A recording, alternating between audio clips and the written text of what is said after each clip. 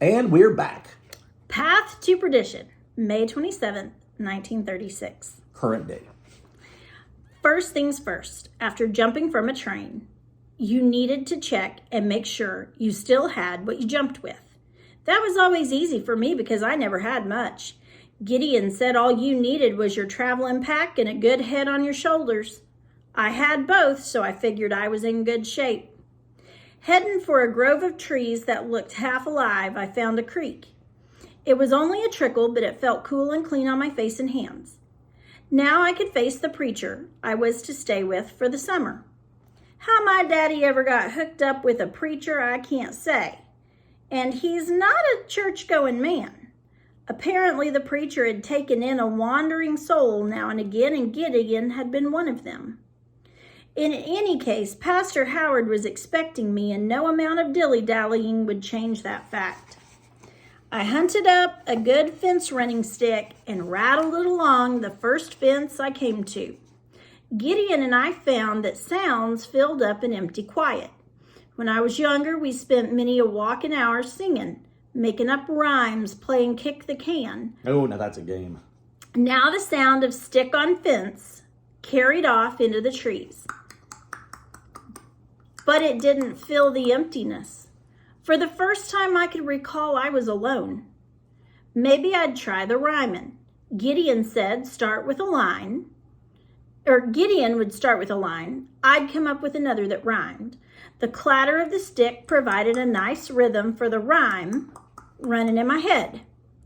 I wish I had a penny and I wish I had a nickel. I'd trade 'em both in for a coffee and a pickle. I wish I had a quarter and I wish I had a dime.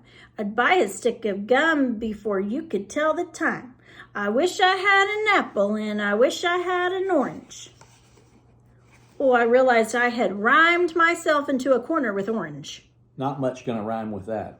Nothing does. Storage, close. Not quite. No. When my stick came to a gate. Ding. A wide wrought iron gate that had every manner of doodads welded right into it. Forks, kettles, horseshoes, even the grate off an old potbelly stove. Looking closer, I ran my fingers over the black iron letters sitting along the top of the gate. The letters were kind of crooked and a little uneven, but they looked to read Perdition. Now, Gideon and I had been to enough church services hoping to get a hot meal afterward that I'd heard the word a time or 10. Preachers used it. They told people to give up their evil ways or follow the devil straight down the path to perdition. Oh, perdition, it's waiting on you. Why somebody would want that word welded on their gate, I can't say. But there it was. And weeds wrapped their way up through the ironwork, daring you to enter. And there was an actual path beyond the gate. Leaves and dandelions lined a long, grassless swatch of ground, all the way to a dilapidated old house. The paint was worn off and the porch swing hung crooked, like it was plumb out of swing. Surely no one lived there. A train car or a shanty town by the railroad tracks seemed a more welcoming place. But one of the front curtains fluttered. Was someone watching? My heart beat like a bat's wings. For the first time, I was content to stay off that path to perdition. The town wasn't far ahead, so I put my stick to the fence and continued walking. This time I did my rhyme in a quiet voice. I had a little cat and I had a little kitten. I'd put it in my lap wherever I'd be sitting. There was a break in the fence, but another started up again around a cemetery. Gravestones stood in the wispy grass, seeming to watch me go by. The hair on the back of my neck prickled as the ground crunched behind me. Well, then you need some of that wonderful hair tonic, Billy Bump or whatever his name is. Oh my gosh. I stopped and looked back.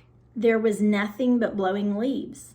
I moved on, clattering my stick as the trees grew thick around me. I had a little dog and his name was Mike. I always let him sit wherever he'd like. The benches clawed at me and Oh, branches, sorry. I don't have my reading glasses on. The branches clawed at me and I stumbled on a tree root, landing hard on my knee. It was the knee that had gotten cut a couple of months back. It had scarred over, but the stretched skin felt like it was still working at keeping things together. I massaged it a little and brushed the dirt off.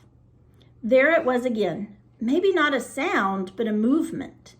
I held my breath, listening to the quiet, then continued toward lights at the edge of the trees. I once had a horse and his name was Fred. He'd run all day. Then Another loud crunch behind me. Then a man's voice said, he dropped dead.